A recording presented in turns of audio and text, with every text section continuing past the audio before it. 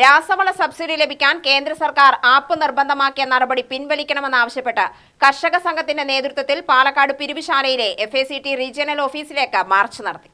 കർഷക സംഘം സിന്ദാബാദ്, കർഷക സംഘം സിന്ദാബാദ്, ഇൻക്ലാബ് സിന്ദാബാദ്, ഇൻക്ലാബ് സിന്ദാബാദ്, കിട്ടാനില്ല രാസവളം കിട്ടാനില്ല, രൂക്ഷമായ വിലക്കയറ്റം. ഫ്രെയിംവർക്ക് ഫോർ ഫെർട്ടിലൈസർ സെയിൽ എന്ന ആപ്പാണ് നിർബന്ധമാക്കിയത്. കർഷക സംഘം ജില്ലാ ട്രഷറർ സുഭാഷ് ചന്ദ്രബോസ് ഉദ്ഘാടനം ചെയ്തു. Area president KS Suresh Kumar അധ്യക്ഷത വഹിച്ചു.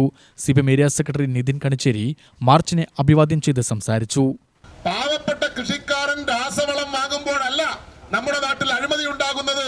ഇനി രാസവളത്തിന്റെ ഉപയോഗം കുറയ്ക്കണമെന്നുള്ളതാണോ കേന്ദ്ര സർക്കാരിന്റെ ലക്ഷ്യം? അതുവഴി പരിസ്ഥിതിയെ സംരക്ഷിക്കണമെന്നുള്ളതാണോ കേന്ദ്ര സർക്കാരിന്റെ ലക്ഷ്യം? ആ ലക്ഷ്യവുമല്ല ഇതിന്റെ പിന്നിൽ.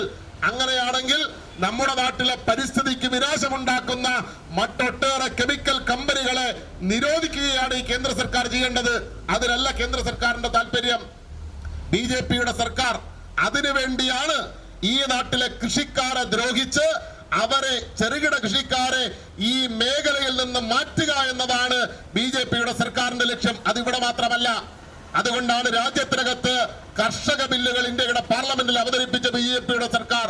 ആ കർഷക ബില്ലുകൾക്കെതിരായി ഇന്ത്യയുടെ തലസ്ഥാന നഗരിയുടെ ചുറ്റുപാടുകളിലുമായി പതിനായിരക്കണക്കിന് ലക്ഷക്കണക്കിന് കൃഷിക്കാരൻ സമരരംഗത്ത് വരികയും പാർലമെന്റ് പാസാക്കിയ നിയമം തെരുവിൽ ഇന്ത്യയിലെ സർക്കാരിന് പിൻവലിക്കേണ്ടി വരികയും ചെയ്തത് കൃഷിക്കാരനെതിരായി BJP നിലപാടെടുക്കുന്നത് കൊണ്ടാണ്. കേരളത്തിൽ 10 വർഷം അധികാരത്തിലുണ്ടായിരുന്ന LDFന്റെ സർക്കാർ ചെയ്തത് കേന്ദ്രത്തിന്റെ നിബന്ധനകൾ അതേപടി നടപ്പിലാക്കുകയല്ല. അത് PM ശ്രീയുടെ കാര്യത്തിലായാലും ശരി, ഏതെങ്കിലും ഒരു പാവപ്പെട്ടവന് വീട് വെച്ചു കൊടുക്കുന്ന പദ്ധതിയിൽ പ്രധാനമന്ത്രിയുടെ ചിത്രം പതിക്കണമെന്ന് പറയുമ്പോൾ അതിലെടുക്കുന്ന നിലപാടായാലും ശരി, കൃഷിക്കാരന് നെല്ലിന്റെ താങ്ങുവിലയിൽ സംഭരണ വിലയേക്കാൾ പ്രോത്സാഹന വിഹിതമായി തുകയായി അനുവദിക്കുന്ന കാര്യത്തിലായാലും ശരി, കേരളത്തിലെ LDF എടുത്ത സമീപനമല്ല കേരളത്തിലെ VD സതീശന്റെ സർക്കാർ ഇപ്പോൾ എടുക്കുന്നത്.